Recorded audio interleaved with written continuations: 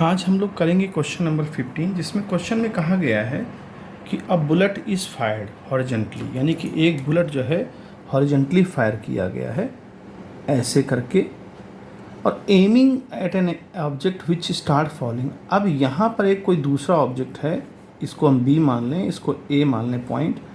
यहाँ पर एक दूसरा ऑब्जेक्ट है जिसको ये निशाना बना रहा है, जिसको ये निशाना देख करके बुलेट फायर कर रहा है। मान लीजिए यू स्ट्रीट से बुलेट फायर करता है, तो अब जब बुलेट फायर करेगा तो बुलेट तो पैराबोलिक पाथ बनाएगी, और ये जो ऑब्जेक्ट है जो ये यहाँ से फॉल हो रहा है वो यहाँ कहीं आ जाकर मिलेगा।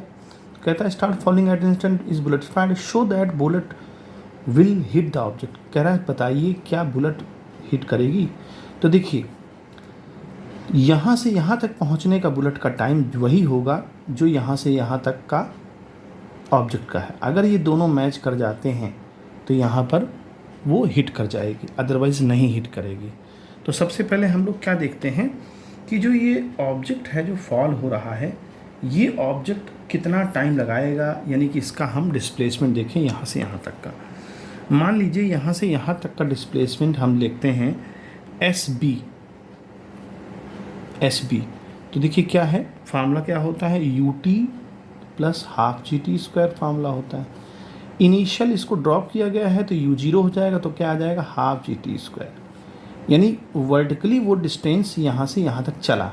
ठीक है, अब हम देखते हैं कि ये बुलेट जब हमने इसको फायर किया तो बुलेट, देखिए बुलेट में एक्सेलरेशन क्रिएट होगा ग्रेविटी की वजह से नीचे की तरफ, इसके हॉरिजेंटल में कोई एक्सेलरेशन नहीं होगा, ये ध्यान रखिए।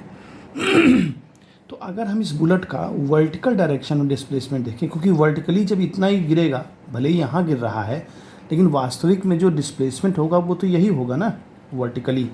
तो अगर वर्टिकली हम देखें ये यहाँ पर जब गिरेगा तो कितने टाइम में गिरेगा, अगर वही टाइम आ जा रहा है इसका मतलब हम सही हैं और ये हिट कर जाएगा।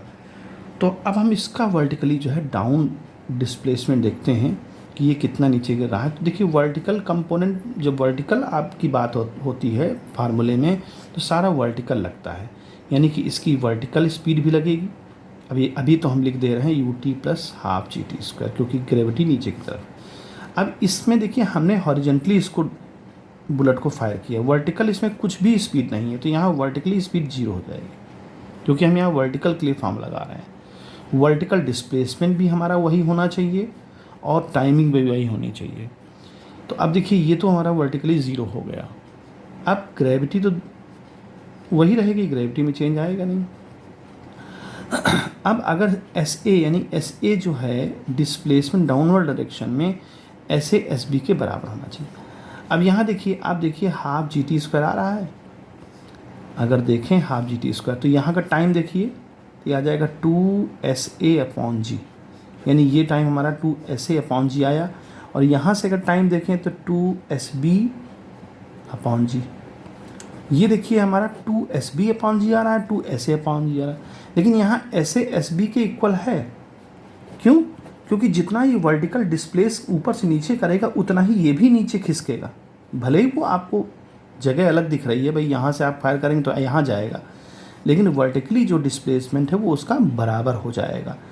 अगर बराबर हो जाता है तो ये टाइम दोनों का सेम हो जाएगा, चाहे आप टाइम से कंपेयर कर लीजिए चाहे डिस्प्लेसमेंट से कंपेयर कर लीजिए। तो यहाँ एस ए और एस बी दोनों इक्वल है, therefore time of hitting the object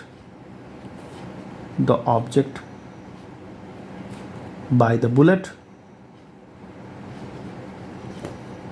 the time of the hitting object by the bullet will be same, और ये हिट करेगा, इट विल हिट आप कह सकते हैं मोटा मोटा। तो समझ में आ गया, यहाँ वर्टिकल हमने निकाल लिया डिस्प्लेसमेंट, यही इसके लिए वर्टिकल निकाल लिया।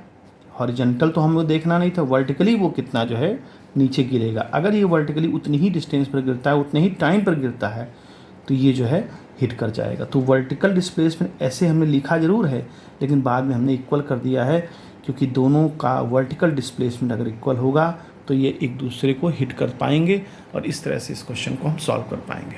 Good bye.